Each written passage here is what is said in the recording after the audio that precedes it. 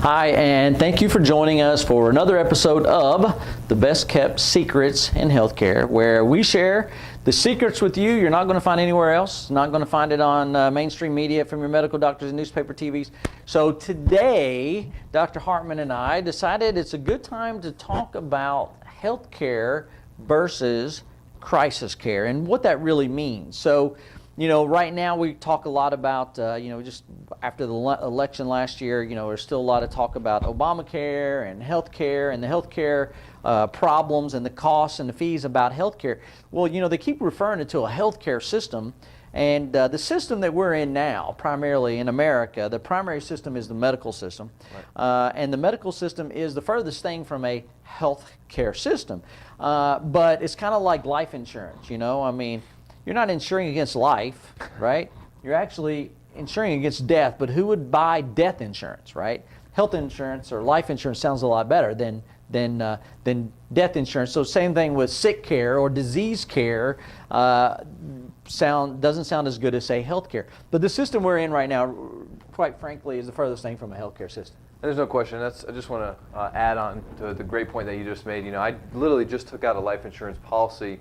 And as we're going through, I'm looking at what I'm going to be spending per month to add to this so my family is taken care of in case of what? I die. So life insurance only really works for me when I'm no longer here, which is unfortunate. And it's the same thing with car insurance, right? Car insurance, it only works when you get in a major accident or you have some sort of bump or something like that. They don't take care of your oil changes. They don't do your alignments for your car, right? They only take care of it when there's a problem or, in essence, there's a crisis, right? Yeah. Go ahead. No, you go. You're rolling. I'm rolling, right? It is the same thing, unfortunately, with healthcare versus crisis care. If it was truly healthcare, they would pay for our gym memberships, right? They would pay for our running shoes. They would pay for our whole foods and organic foods, right? But they don't. They pay for us when we're not feeling good, when we have symptoms, or if we get in this horrible accident or have something like cancer or something like that, right? So it's really crisis care, not health care. Yeah. So that's the problem with the model is they assume that if you're not having symptoms, then you're healthy, right? Well, the number one cause of death in the United States is heart disease. Heart disease. Okay. So what does heart disease feel like? Right? Believe it or not, 50% of the time, the very first symptom of heart disease is death. So they assume that you're completely healthy until all of a sudden you die. Then all of a sudden, so were you healthy all this time and then all of a sudden, boom, you're dead, right? Obviously not. That's crazy, right? But in the model that we're in, the crisis care model in America, which is as long as you have no symptoms, then you don't need any care, is a flawed model by design because you wait till you have a symptom. Sometimes that's too long. Absolutely, and if you look at all these, healthcare professions, even things like physical therapy, right? A lot of their stuff, they only see people when they've gone through extensive surgery or they're going to be going into surgery, right? All those exercises are perfectly good for you to do as a healthy human being, maybe to the point that it can actually prevent you from having those tears or, unfortunately those accidents. So it's not great to label health into this crisis care model. Yeah. So the other side of the coin, and so we talk about the crisis care, which I think we can all agree that healthcare is the promotion of health, right? To maintaining and caring for health. No drug in the history of mankind has ever promoted health or improved health.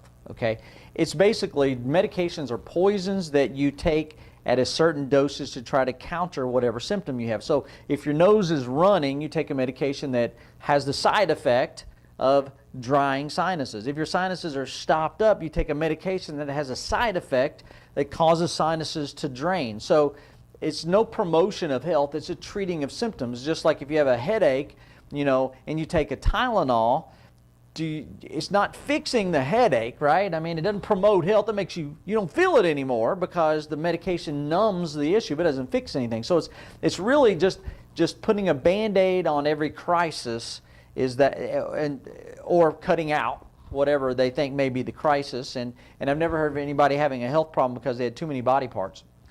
So the model as it stands, all it does is basically make you feel better while you die.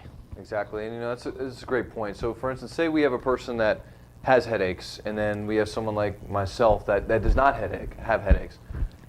If that person takes that medication and it temporarily relieves the headache, is that person really healthy?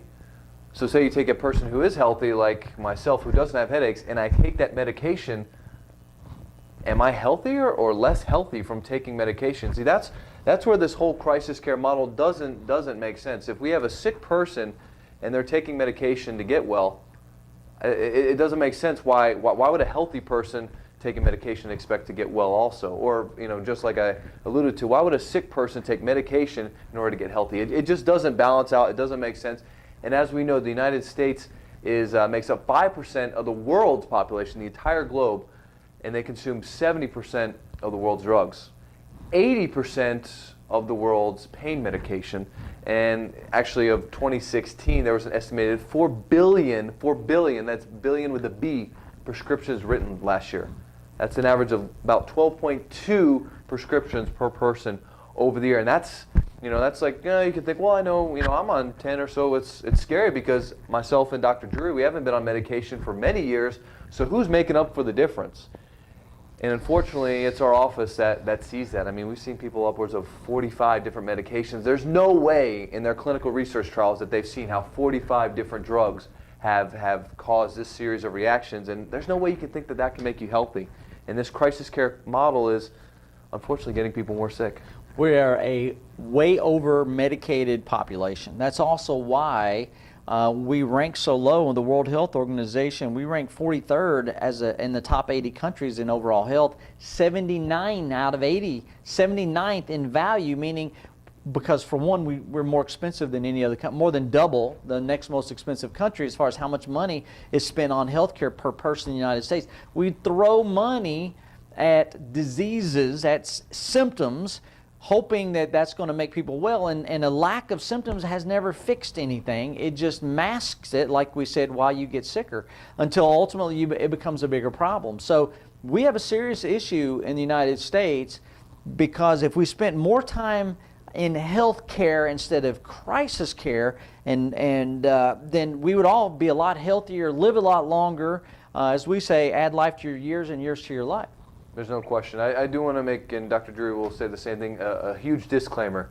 If there is a crisis, like a car accident, like a bad football injury, like whatever type of crisis care that does happen, there's no place in the world that you want to be than the United States of America. We are number one in the world by far over any developed nation. There's no place that you do want to be in order to make sure you get the right emergency attention. However, it makes so much sense because they're all about restoration and function of the body, right? If I get in a car accident and my arm gets cut off or my eyeball's going somewhere, they don't ask about a case history, right? They don't ask me where it hurts or how long have I been suffering with this. They see what the problem is. They're all about restoring function back to the body. Put my arm on, put the eye exactly where it's supposed to be, maybe have some drugs to help with the pain.